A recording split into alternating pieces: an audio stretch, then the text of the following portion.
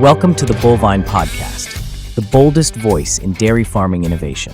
I'm your host, bringing you cutting-edge insights that challenge conventional wisdom and drive industry progress. On today's episode, we're diving deep into the world of dairy farming to explore strategies, innovations, and opportunities that can transform your operation. From breakthrough management techniques to market analysis that matters, the Bullvine delivers content that's both provocative and practical. Stay tuned as we bring you conversations with industry leaders, innovative farmers, and agricultural experts who aren't afraid to speak the truth about what's really happening in dairy farming today. You know, sometimes it feels like we're so laser focused on the milk checks and keeping the cows happy, which, let's be honest, is a full-time job in itself. It really is. That we might be overlooking some pretty significant opportunities lurking right under our boots. Or, well, maybe under the Holsteins. Yeah. Good point. And today, we're taking a good, hard look at something every dairy farmer deals with. 365 manure. The inevitable byproduct. Exactly. But instead of just seeing it as, the smelly stuff, we have to shovel the regulations, the neighborly waves that suddenly stop. Yeah, the headaches. What if we start viewing it as a serious, untapped profit center? That's the smart way to look at it. For too long, manure's been in the problem column, right next to fly control and broken equipment. Okay. But when you really dig into the numbers and the science behind it, you realize there's a whole lot of potential just sitting there in those piles. Yeah. We're talking about a chance to really shake things up economically on your farm. Shake things up is right. The information we've been pouring over, it really grabbed my attention right out of the gate. Oh, yeah. What specifically? It suggests that a dairy with around 100 cows could be, and this is a quote, flushing away $15,000 every single year. Wow. 15 grand. Just by not being strategic about composting their manure. 15 grand, that's a down payment on a new tractor or a seriously nice vacation. Or just helps pay the bills. It's significant. It's definitely not something to just ignore. Exactly. And when you start to break down where that lost money is going and how composting can actually, plug those leaks, it becomes a pretty compelling story. Back in 2012, the University of Wisconsin Extension did some solid work on this. Right, saw that. They found that a significant chunk, 69% of farms that got serious about nutrient management, and that often includes composting, actually saw their bottom line improve. Okay, so a clear benefit. Yeah, and the average savings, around $18 per acre. Now, for anyone running a decent-sized operation, that adds up fast. $18 an acre. Right. Yeah, that's real money staying right where it belongs in your pocket. Precisely. Absolutely. And it's not just about cutting down on disposal headaches, is it? It sounds like it's about flipping the whole equation. That's the exciting part. Taking something that costs you time and money and turning it into something that actually generates income. We've got the prime example here of Bill McPhee from McPhee Farms in Michigan. He seems like a case study in this. He really does. He initially got into composting because he had to, thanks to those CAFO regulations. Right, the confined animal feeding operation rules. So compliance. It started as a compliance thing, but here's where it gets really interesting. He now sells his extra compost. Sells it. For how much? For a good $20 a ton. So something that began as a regulatory hurdle has become a genuine way to boost his farm's revenue. You have to love that kind of resourceful thinking. Turning a problem into a product. It's a fantastic illustration of a proactive approach paying off, and it highlights a crucial shift in how we think about manure. Yes. Instead of just seeing it as something to get rid of as cheaply as possible, smart operators are recognizing its inherent worth as a soil builder. Like fertilizer, basically. Exactly. Joe Loehr, a fifth-generation dairy farmer in Wisconsin, put it perfectly, he considers animal manure his base fertilizer. His base fertilizer. I like that. Yeah, and anything else he buys is just to fine-tune things. This philosophy has allowed him to seriously cut back on his reliance on those pricey commercial fertilizers. Makes sense. And thinking bigger, this kind of diversification of income, beyond just milk sales, it's a smart move for any farm's long-term stability. And the science backs up Joe's approach, right? There was that Journal of Environmental Quality Review. Yeah, in 2019, a comprehensive review. It found that farms managing their nutrients effectively, and again, composting often plays a big role here, they were able to decrease their nitrogen applications by an average of 54 pounds per acre. 54 pounds, okay. And phosphorus by 32 pounds per acre. And here's the kicker. No yield loss. Exactly. They didn't see any drop in their yields. That's like getting the same results while spending less, a farmer's dream. It really is. Precisely. So when you do the simple math, it really adds up. You're shelling out less for those bags of fertilizer. Right. And in some cases, like Bill McPhee, you're actually bringing in extra cash by selling the compost you produce. That's a significant annual financial upside that a lot of farms are currently leaving on the table. We're not just talking about small change here. Not at all. We're talking potentially thousands, even tens of thousands, depending on the scale. Now, let's wade into a topic that can often feel like navigating a minefield for dairy farmers. Regulations. Ah, yes. The R word. It can seem like there's always a new rule book landing on the doorstep, a new restriction to figure out. But our sources suggest that getting into composting can actually help us stay ahead of the game here. Absolutely. And that's a key perspective shift. Instead of looking at regulations as just another burden, which is easy to do. It is. But think of them as potential drivers for innovation, and maybe even a way to gain a real advantage. How so? An advantage? Well, nutrient runoff from agricultural land is a major concern for environmental regulators. It's a problem that's only going to get more attention and likely stricter rules down the line. Especially around water quality. Definitely. So by adopting efficient nutrient management practices like composting, farms can proactively address these environmental concerns. They position themselves favorably before those regulations get tighter. Staying ahead of the curve. Exactly. This proactive approach can not only keep you on the right side of the law, but also demonstrate to the public that you're taking environmental responsibility seriously. And that's increasingly important today. We even have a fantastic little story from Loehr that really brings this point home. Oh, the fish story. Yeah. He was genuinely thrilled when environmental officials found sensitive fish species thriving in the stream that runs through his farm. I mean, what better proof could you ask for? Right. That your nutrient management system is working and keeping the regulatory folks happy. It's a real win-win. Absolutely. Healthy environment, happy regulators, and peace of mind for the farmer. It truly is. That kind of tangible ecological evidence speaks volumes. It can definitely smooth things over with regulatory agencies. For sure. Now, the information we have does acknowledge that the initial costs and putting these systems in place can sometimes be a hurdle. Especially for smaller farms. Particularly for smaller family farm operations, yeah. But Karen Scanlon from the Innovation Center for U.S. Dairy makes a really important point. Exactly. The industry is actively looking for ways to make these solutions more economically feasible for farms of all sizes. So collaboration and innovation are ongoing. Right. The key message here is that taking a proactive stance on smart manure management is crucial, no matter the scale of your operation. Don't wait until you're forced. Pretty much. Waiting until you're forced to act by regulations might mean missing out on the early benefits and potentially facing steeper learning curves, maybe even penalties. Okay, so we've talked about the financial perks and how it can help with the regulatory side of things. But there's another piece of the puzzle that I know weighs heavily on many farmers' minds. Being good neighbors. Exactly. Let's be frank, those familiar farm aromas, well, they can sometimes ruffle a few feathers in the surrounding community. That's the elephant in the room, isn't it? Or maybe the cow pat in the pasture. Yeah. Unfortunately, manure odors are often a primary source of complaints from folks living nearby. It's a major pain point. However, composting offers a significant and very real solution to this very issue. How does it help with the smell?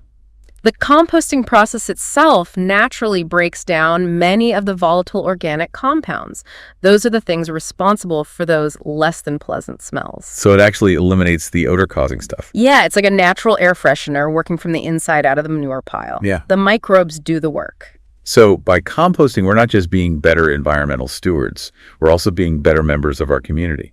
Absolutely. That has to make a big difference in neighborly relations, right? You'd think so. It really can shift how the farm is perceived, transforming its image from potentially being seen as, well, a nuisance. A neighborhood villain. Maybe, yeah.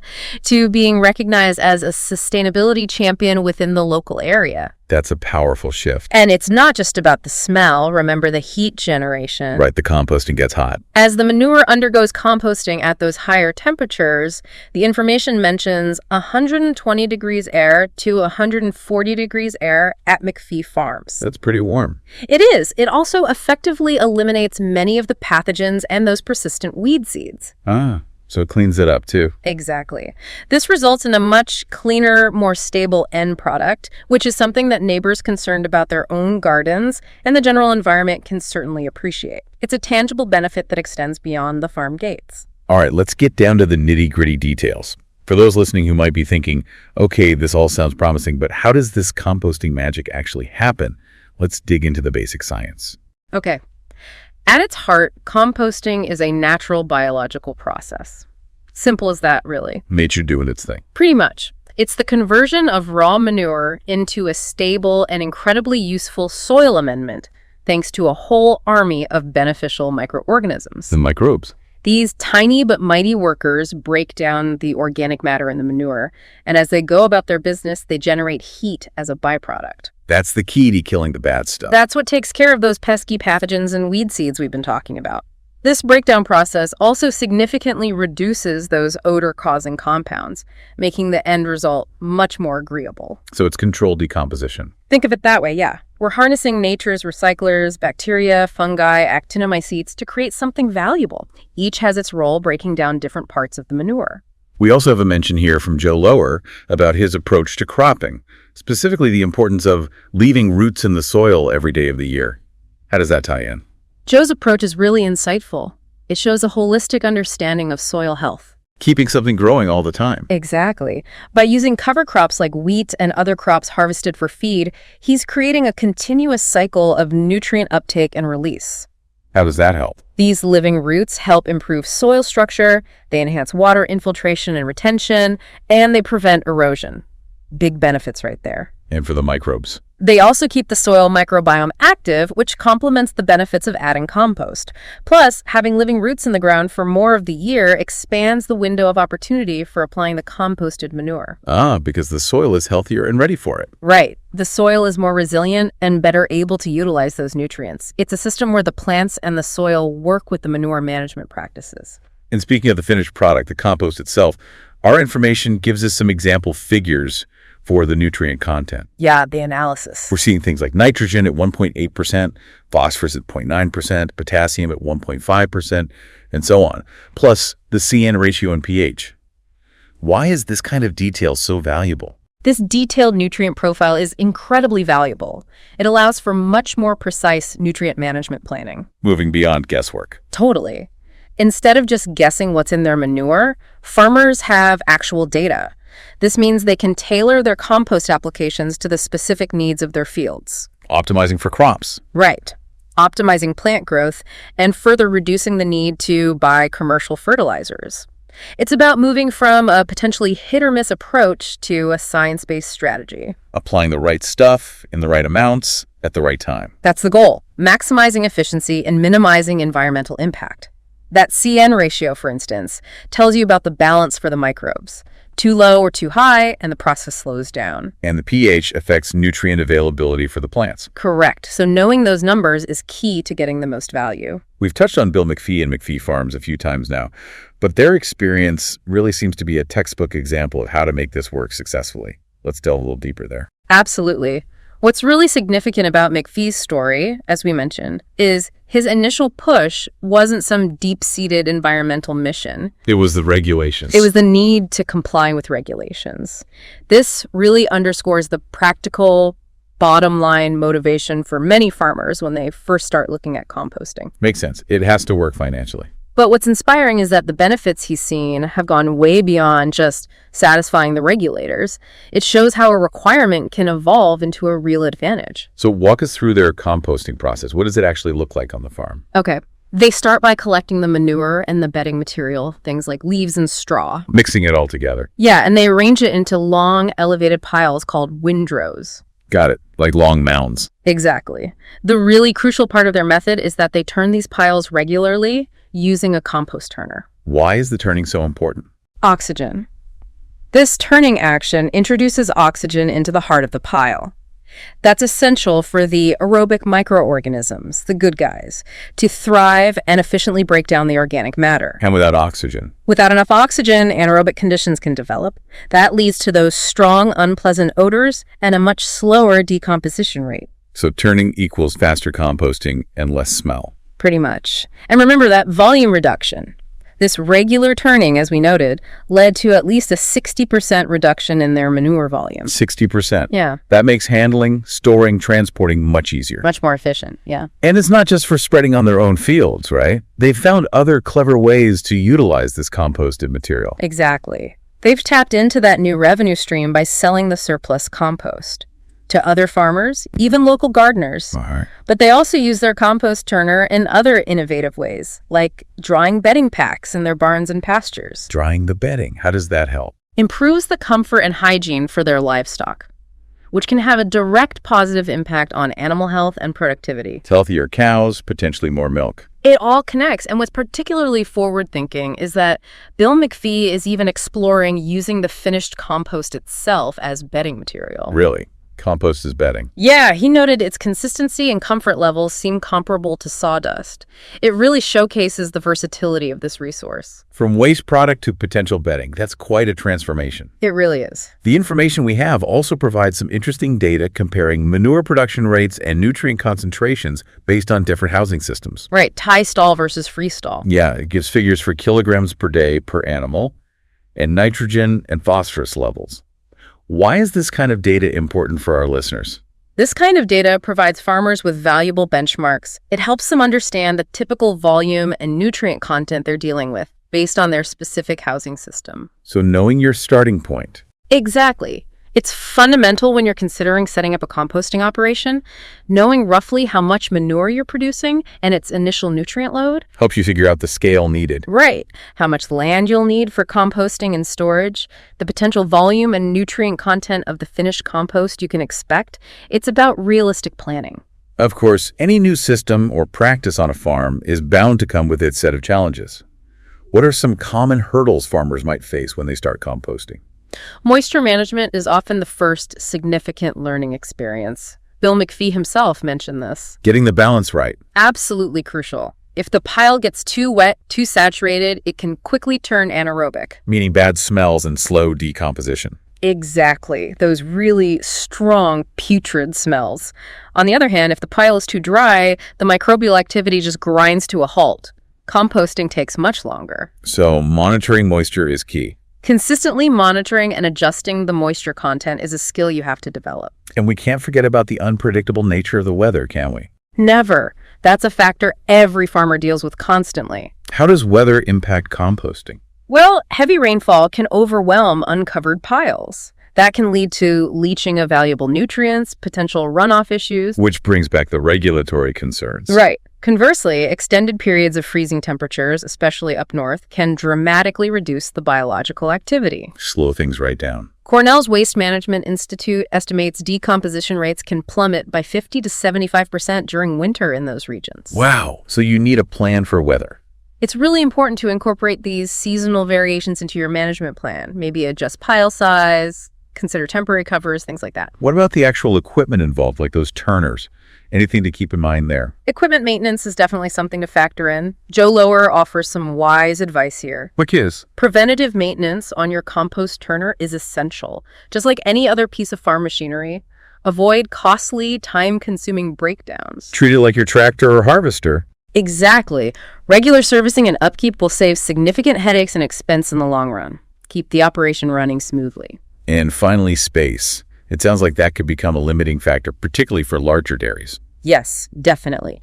As your operation expands to handle more manure, the amount of land needed for active composting, curing, and storage naturally increases. How much space are we talking? Penn State's Ag Research Center estimates roughly 1.5 to 2 square feet per cow just for the active composting phase. And that doesn't include curing and storage. Nope. You need additional area for those crucial stages. So careful strategic planning of your composting site is essential to ensure you have enough room, especially if you plan to scale up. Now, this is where things start to get really cutting edge and exciting.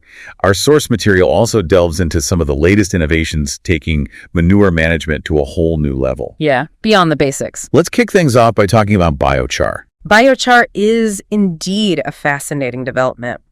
Recent research from Cornell has shown that adding biochar during composting can lead to some truly remarkable reductions in emissions. What kind of reductions? Greenhouse gases and other volatile compounds. We're talking significant decreases, 58% less methane. 58%. 67% less hydrogen sulfide, 61% fewer volatile organic compounds, and a whopping 70% decrease in nitrogen oxides. Those are game-changing numbers, especially considering the environmental focus on agriculture. They really are. Those are truly staggering statistics.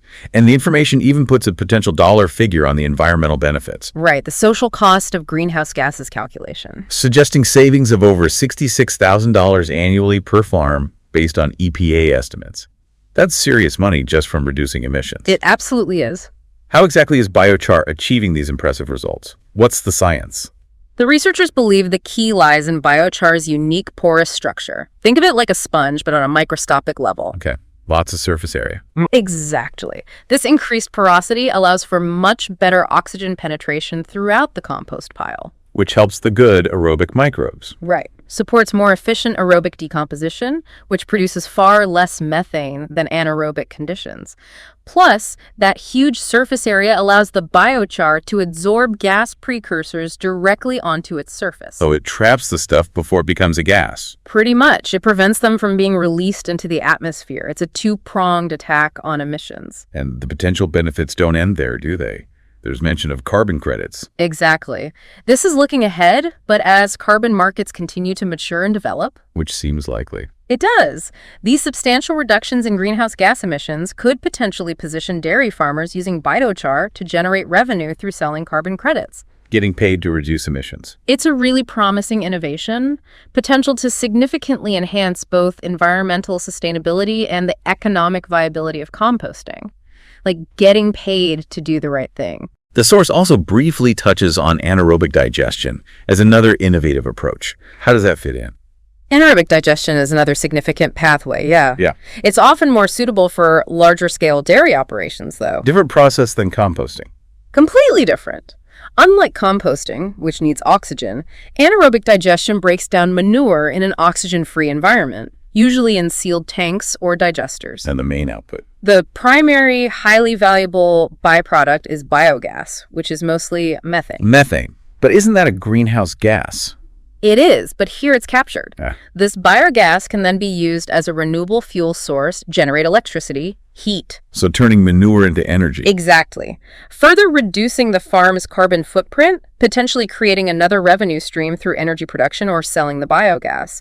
Karen Scanlon highlighted its role in minimizing emissions while also creating valuable soil products. So different tech, different benefits, maybe suited for different scales. That's a good summary. Composting is often more accessible for a wider range of farm sizes. Okay, so we've laid out the potential benefits, navigated some potential challenges, looked at innovations. Now let's talk brass tacks. The money question. What kind of upfront investment are we looking at for a typical composting system on a dairy farm? Okay, for a relatively basic windrow composting system, say for a 200-cow dairy, the main cost is often the compost turner. How much does that run? Estimates range from approximately $20,000 up to $45,000 for a good quality, reliable machine. $20,000 to $45,000. Okay. Fair to say. You also need to factor in site preparation costs, ensuring proper drainage, containment to prevent runoff. That could be in the neighborhood of $5,000 to $10,000. Site prep. Got it. And finally, adding in essential monitoring equipment, temperature probes, moisture meters, probably another $500 to $1,000. So all in, you could be looking at, what, $25,000 to maybe $55,000 or $60,000 to get started with a basic system? That's a reasonable ballpark range, yeah. It's a significant but potentially very worthwhile investment. That is a considerable outlay of capital. Yeah. What kind of return on that investment can dairy farmers realistically expect? When do they get that money back? Well, a 2020 analysis by the University of Minnesota Extension Service found something pretty encouraging. Yeah? The majority of operations that invested in composting saw a complete return on their initial investment within a relatively short time frame. How short? 2 to 3 years, typically. 2 to 3 years ROI. That's pretty quick for farm investments. It is. And the equipment itself, if you maintain it properly, can often last more than a decade, providing long-term value. And for smaller operations where that initial cost is still tough, there are strategies. Forming partnerships with neighbors to share equipment costs and use. like a co-op model. Sort of, yeah. Or even modifying existing farm machinery if possible for turning compost, although that might be less efficient. We keep coming back to their success, but what was McPhee Farms' experience, their initial investment and break even? McPhee Farms invested around $30,000 in their system, and they calculated that they reached their break-even point in just about 18 months. 18 months, wow. And get this, that impressive payback period was based solely on savings from reduced manure handling costs and lower fertilizer expenses. It didn't even count the compost sales. Didn't even factor in the additional income they were generating from selling the finished compost. That really underscores the rapid financial benefits a well-managed system can deliver. So for those listening who are now seriously considering this, thinking, okay, I want to stop flushing money away, what are some concrete actions they can take to get the ball rolling? Our source material lays out a really clear and actionable 5-step plan, logical steps. Let's hear them. Step 1. The very first thing, thoroughly assess your current situation. Know where you stand now. Exactly. Document the volume of manure your farm produces. Understand your current costs for handling and disposal, and be crystal clear on any relevant regulations in your specific area. Okay, assessment first. Step 2. Absolutely crucial. Start with comprehensive soil and manure testing. Test everything. You need to know the precise nutrient profile of both your soil and your manure. That's fundamental for developing an effective, tailored plan. You can't manage what you don't measure. Makes perfect sense. What's the third step? Step number 3 is all about building your team and your knowledge base. Don't go it alone. Definitely not. Actively connect with certified crop advisors, your local soil and water conservation district folks, and importantly, talk to other dairy farmers who are already successfully composting. Their real-world experience and practical guidance can be absolutely invaluable. Learn from those already doing it. Okay, step 4. Fourth, based on all the info you've gathered, your assessment, your tests, the advice you need to carefully design your compost system. Tailor it to the farm. Exactly. Determine the right type and size of equipment you'll need. Figure out the space requirements on your farm. Establish the specific processes, turning frequency, moisture targets that will work best for your unique needs and scale. And what's the final crucial step? Step 5. Finally, it's absolutely essential to track your results diligently. Monitor progress. Continuously. This means regularly monitoring the quality of your compost through testing. But maybe even more importantly, keep a close eye on the financial impact composting is having on your overall farm operation. See if it's actually saving and making money. Right. This ongoing monitoring lets you fine-tune your system over time and clearly demonstrates the true value of this investment to yourself, maybe your lender, maybe others. To really hammer home the potential financial impact, let's just revisit those estimated benefits. The information suggests around $18 per acre in fertilizer savings. Yep, average from that Wisconsin study. And for, say, a 600-acre farm, that quickly adds up to over $10,000 annually, just in fertilizer savings. 10,800, yeah. Not insignificant. Then you've got the potential for additional revenue from selling excess compost, like McPhee, at $20 a ton. That could be significant depending on your volume and market. Could easily be thousands more. And when you factor in the potential long-term savings associated with reduced environmental impact, especially if you're looking at innovations like Biochar with those huge emission reductions, $66,000 potential impact figure. the total annual benefit could realistically climb well into the tens of thousands of dollars, maybe even push towards 6 figures for some operations. It's certainly possible. The potential is there. It's not something any farm can afford to just ignore. Exactly. The fundamental question really boils down to this. Can you afford to keep treating manure as just a waste product? Or maybe, can you afford not to explore its potential as a valuable resource? Right. With the clear financial advantages, the benefits in navigating regulations, improving community relations. And the potential for future revenue streams like carbon credits, composting presents a really compelling opportunity for modern dairy operations. The technology isn't brand new either. No, it's well established, the economics are increasingly attractive, and the farmers who are embracing these practices, the early adopters, they're already reaping the rewards. That manure pile isn't just something you have to deal with. It's a hidden asset, waiting to be unlocked. So the real question for everyone listening is, are you going to seize this opportunity, or are you going to watch your neighbors do it? That's a powerful way to frame it. So for someone who's feeling motivated, ready to stop watching and start doing, what's the very first call they should make? The information we've looked at has a great simple suggestion. Reach out to your local agricultural extension office. The extension office, good resource. They are a fantastic resource. They can provide valuable information, guidance tailored to your specific region, connect you with experts, maybe even funding opportunities. It's the perfect first step. So to bring it all together, it's clear that manure is so much more than just a byproduct of dairy farming. Way more. It's a valuable resource brimming with untapped potential to significantly improve your farm's bottom line, strengthen your relationships with regulators and your community, and even position you for emerging opportunities in sustainable agriculture. The key takeaway is that a strategic approach to composting can transform what's often seen as a liability into a genuine profit center. A true asset. We strongly encourage you to seriously consider the hidden potential within your manure piles. Explore how smart composting strategies can contribute to the long-term financial and environmental sustainability of your farm. Don't leave that money on the table or in the pile. Exactly. Start looking at that manure not as a problem to be dealt with, but as your farm's hidden gold mine, just waiting to be extracted. And with that thought, we've reached the end of this deep dive. Thanks for tuning in. That wraps up another episode of the Bullvine Podcast. Thank you for joining us as we continue to push the boundaries of dairy farming innovation. If you found value in today's discussion, please take a moment to subscribe to our podcast on your favorite platform and leave us a review. Your support helps us continue bringing bold, unfiltered dairy content to producers worldwide. Visit us at www.thebullvine.com for more in-depth articles, industry analysis, and exclusive content that you won't find anywhere else. Connect with us on social media to join the conversation and share your thoughts. Until next time, keep innovating, keep challenging the status quo, and remember that the future of dairy belongs to those who aren't afraid to think differently. This is the Bullvine Podcast, signing off.